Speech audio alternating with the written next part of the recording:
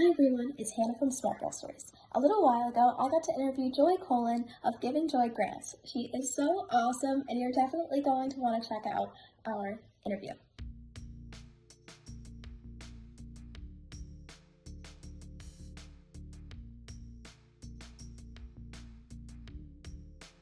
So my name is Joy Kolin. I'm the founder and executive director of Giving Joy, which is a nonprofit based in Massachusetts where we focus on strengthening women entrepreneurs around the world. So I actually was born in Texas, which nobody believes because I don't sound Texan and I haven't lived there in a gazillion years. And I spent a lot of time. Actually, my mom is Israeli, so I'm what you call Texraeli. So we say shalom, y'all, basically sometimes. Um, so I've like from a very, very young age, I was on airplanes and I knew about, different countries and speaking different languages and whatnot. So all of that wasn't foreign to me. And so I spent my formative years in Israel, and I even served in the Israeli army because it's mandatory. And that's a total different kettle of fish, which I won't get into right now, as to my army experience, which was not very successful.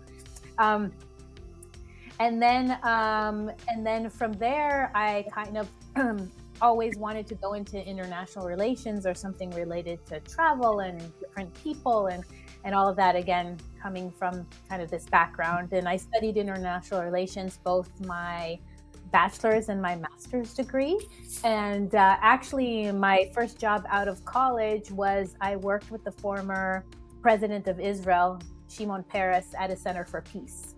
And what we were doing at the time, this is a long time ago, we were working with Palestinians and Jordanians and Egyptians and trying to create these communities of healthcare and medical workers to come together. And that was really my passion. But unfortunately, politics is stronger than life. And so I decided to go back to the US but still kind of with this course of helping people and something in international relations.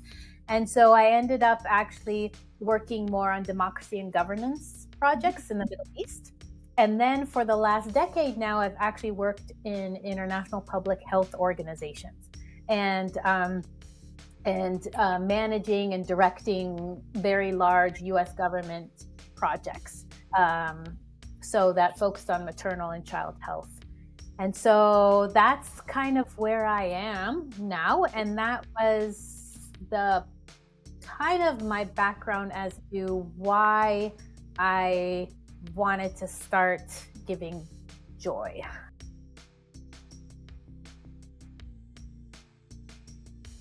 As I said,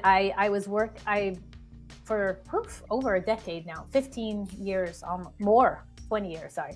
I've been working on very large international development projects. I lived in Kenya and I lived in Nigeria and I was managing these projects, and they're very helpful, but I never felt the individual impact that they had on a person. Like, I could not pinpoint a person and said, oh, I helped that person, and especially women. And because I felt, again, I have a very dominant mother and I was always surrounded by very strong women, and women get stuff done. That's the start and end of it. And so I kind of wanted to do something that I felt that I was impacting individual women. And so with my day job, I traveled to many, many countries, and I used it for a number of years to ask a lot of women, what do you need? What do you want? What would help you? Because there's so many nonprofits out there. I didn't want to just start another one, right? It's just like, why bother? And hands down, they all said, training is fine, but we really need just a little capital, something that would like start us or boost us or like help us, expand our business or start a business, or expand services in our community or provide more advocacy. And I was like, wow, okay, well, that's something to think about. I never thought that that's kind of like what they needed, you know? So I said, you know what? Let me try. And that's kind of when I decided to start Giving Joy in late 2018 with my own money, and kind of say, okay, let's give these one-time micro grants to women and see what happens with those. And so that was kind of the idea behind it, but not just give women money just for money's sake, but like they have to show that what they're going to do has an impact beyond themselves. It needs to impact their families and communities and so on. So that was kind of the genesis of Giving Joy.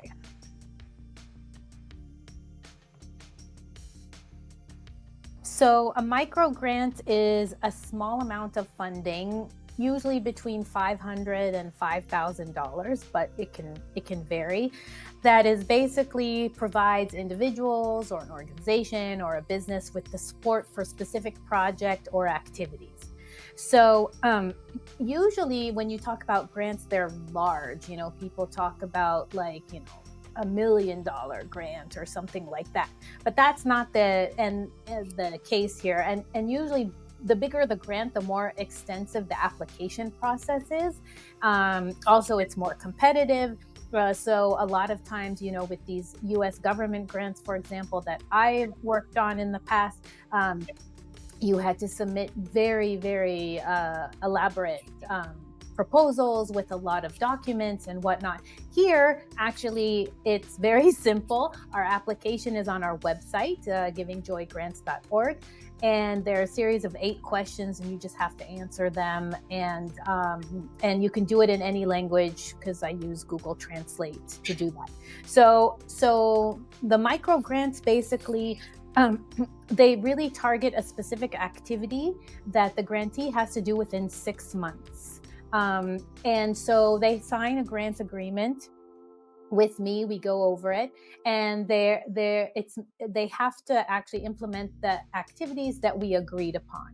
And we fund them from the beginning, and then they have to submit a midterm report, like after 3 months of activities and after 6 months of activities.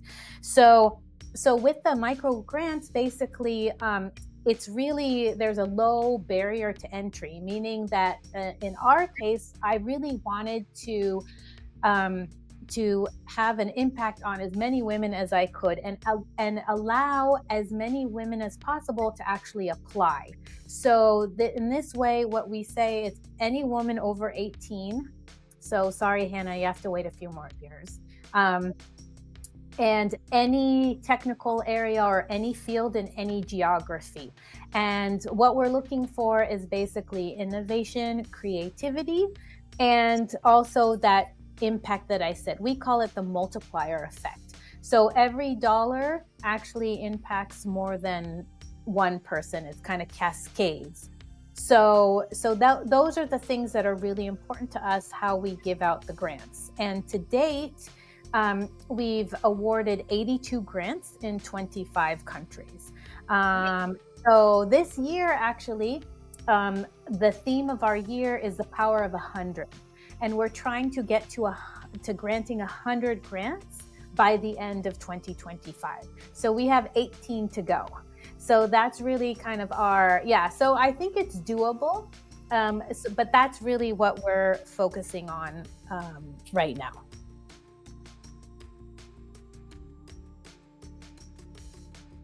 So we usually give $500, just flat out. In the past, we have given $250, but I've realized that it's not enough, and you really can't do that much with $250. So basically, it's $500. Sometimes in the applications, a lot of applicants actually propose more than $500.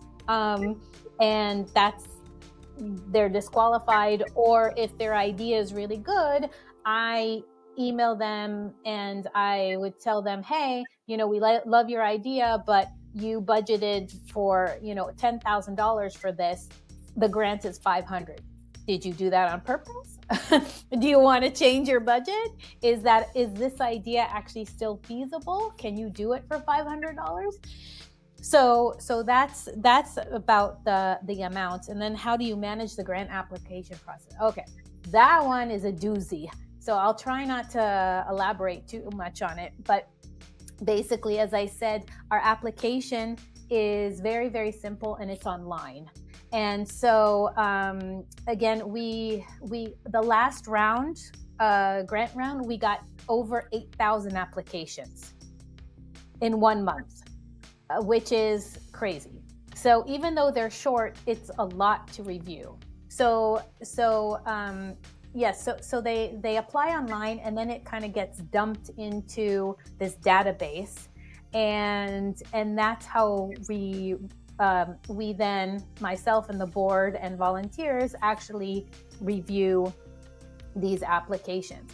And we have 4 criteria for evaluation criteria, which are also on our website under the FAQs that nobody reads, but they're there.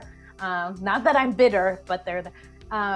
But it's basically how their application aligns with the Giving Joy mission, the innovation and creativity of the activities that they're proposing, the feasibility of the activities with $500, and then the impact that they will have, meaning how many people actually, both directly and indirectly, the grant will impact. And based on those 4 criteria, we evaluate the grantees. And so out of the 8,000, for example, that I mentioned, we shortlisted it to 11, and of the 11, then we do more research. Sometimes we go and ask more questions. Sometimes we have to verify that their business is actually real. Sometimes their application is good, but it's not clear. So we have to kind of dig deeper a little bit. And so out of the 11, then we picked, the board and myself, we picked 6. And we will actually announce the winners the second week of February.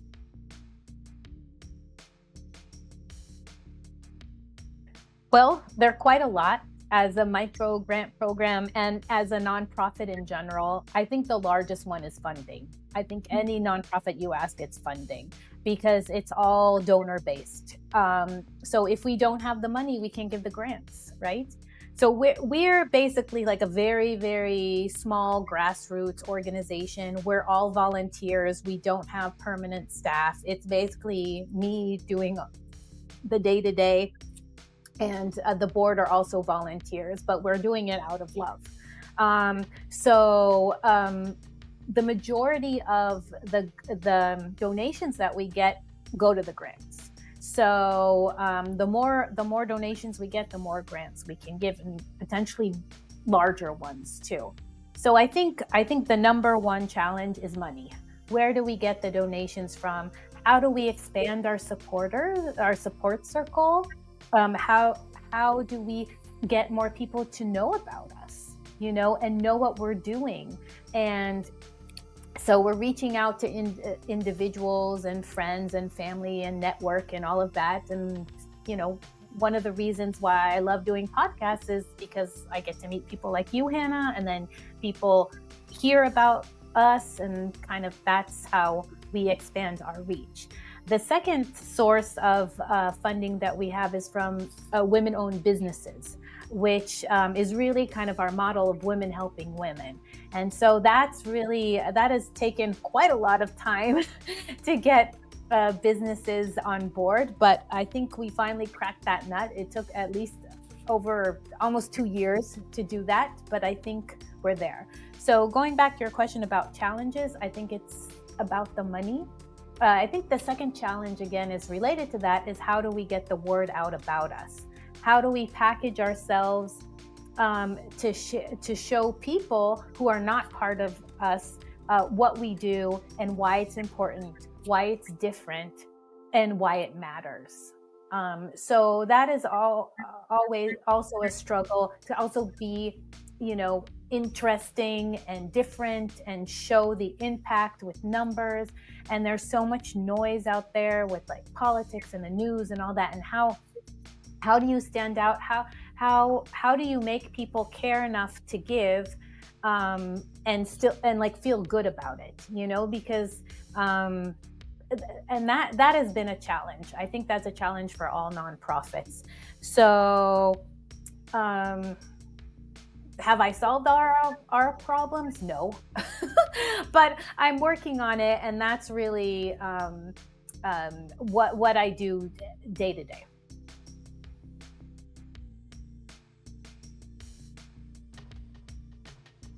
Well, there are multiple ways.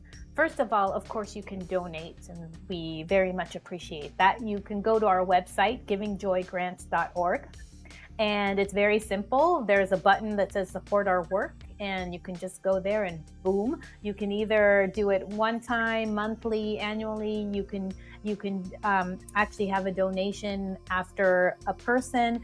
If you actually donate $500, we can name a grant after you, which I think is a really cool thing and kind of a cool gift. So that's really that's the best way to support us. But support isn't just money; it's also, liking us on social media. We're at Giving Joy Grants. Spreading the word with other people about us, signing up for a newsletter on our website, which we share stories about our amazing grantees. You can volunteer with us. Actually, we have a number of volunteers who are helping with the application process, for example. So all of those are really options how to support us. If you're a business also, we would love to collaborate with you. We've done like giveaways with some businesses. Also, we're happy to do a joint event or go on another podcast or a show or a forum, any of those things to talk about us, but also about, the things that are important to us, or gender equality. That's why we're doing this. So, so there are a lot of different ways, but I think the best way is just start with our website. There's a bunch of information there, and you can also always email me. Our email is info@givingjoygrants.org. I know that was really fast, but you can check that out. And I do read all emails, and I answer all emails. So it won't go into some bottomless pit.